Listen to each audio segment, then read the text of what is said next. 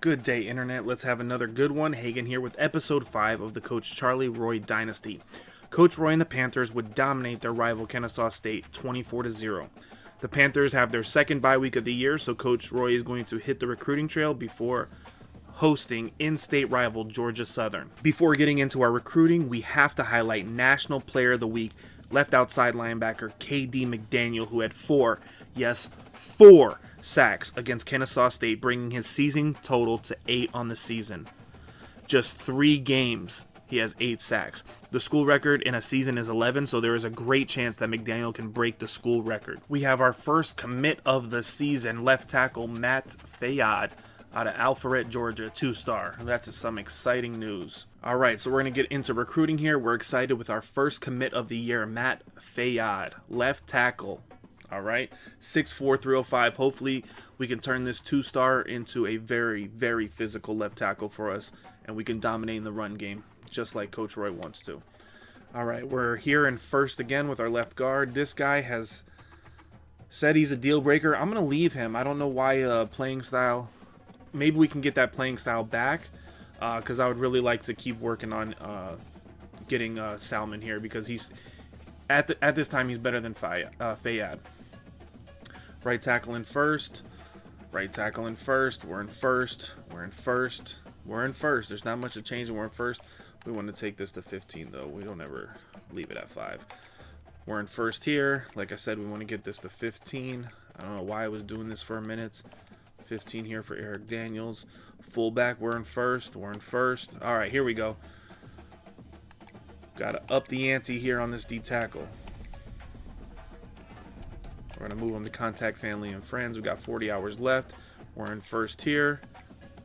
We probably ran out of time before doing this one. All right, let's continue scouting Edward Cameron. All right, man, he looks solid. Solid, all right. All right. And here we are out of time.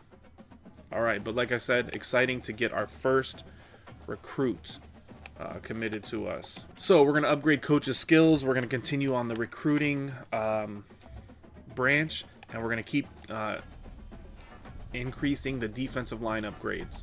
All right, that brings us to the end of this week. We're going to skip a week here, see where we're at, and then we will do another week of recruiting. We're still in first here. I'm still holding out hope we can change this deal breaker based on playing style. We're still first here. First. Looks like we lost out on this left end. Goodbye, Mitch. You made a mistake. Good luck to you, though, in the future if you ever want to transfer to us.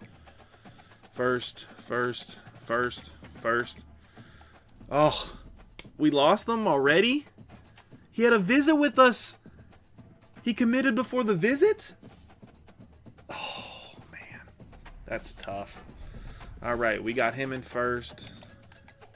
Enrique, we got to recruit some. We got to spend some more time on you. We're going to contact your family and friends.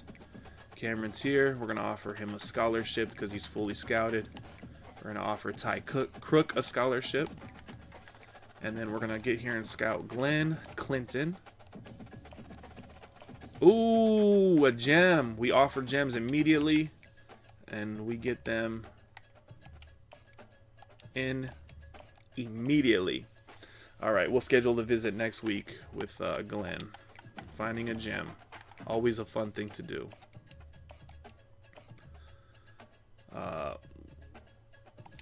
So we have a bust. And we're going to add our last 5 minutes to Edward Cameron. And that'll bring recruiting to an end this week. Hopefully next week we can get some more commits and we can start scheduling some more visits. We got to get the recruiting popping. It is frustrating, though, that defensive tackle committed before visiting us this week. He had his visit this week and he did us dirty. But that's all right.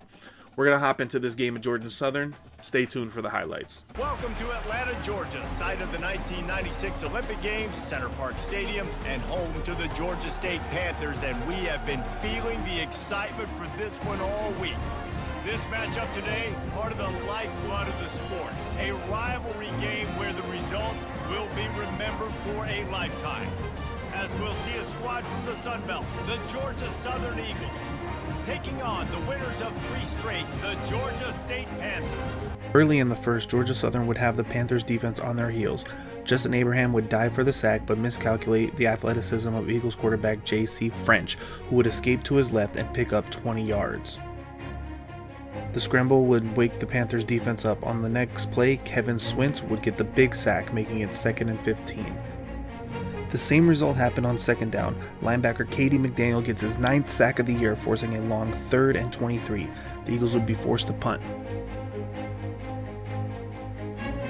The Panthers punt and scoreless first quarter, Eagles quarterback J.C. French would take off for a 17-yard gain on a read option. 2 plays later, J.C. French would connect with Bunkley Shelton for a 20-yard gain. The two would connect again on the very next play for 17 more to give the Eagles 1st and goal from the 4-yard line. The Panthers defense would come up big to take momentum completely away from Georgia Southern with a stop on 1st down and then a game-changing hit on 2nd down by linebacker Josiah Robinson on a diving Jalen White. They also kept the Eagles out of the end zone on 3rd down, forcing a field goal attempt. The Eagles would come up empty after 1st and goal from the 4 due to a missed 18-yard field goal. On the ensuing drive, wide receiver Ted Hurst would convert a 3rd and 13 with a beautiful over-the-shoulder catch. The ball was placed perfectly by Velu, bringing us to the 2-minute warning. The second play after the 2-minute warning would result in the game's first points. Panthers quarterback Velu would find Kadarius Thompson on a crossing route for the 17-yard touchdown. Liam Rickman converts the PAT, making the score 7-0 Panthers. Following the Panthers' touchdown, the defense would continue to be game-changing. Quarterback Isaiah Guy picks off quarterback J.C. French.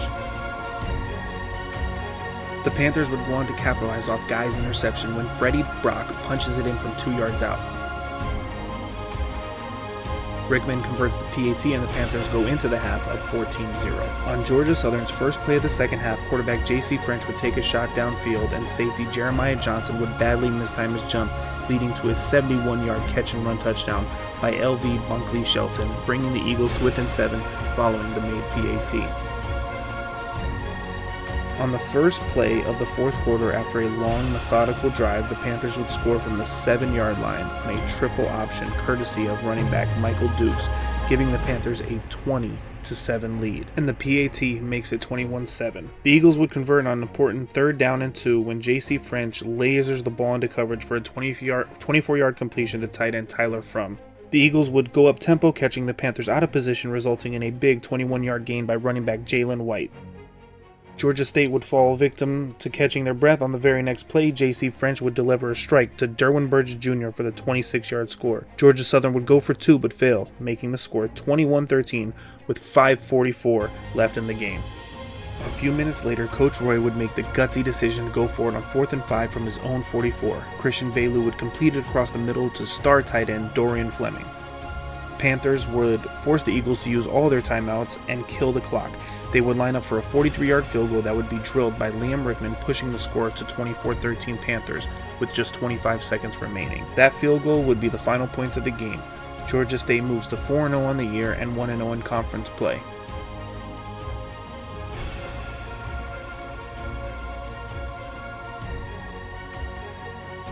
Thank you for tuning in to episode 5 of the Coach Charley Roy Dynasty.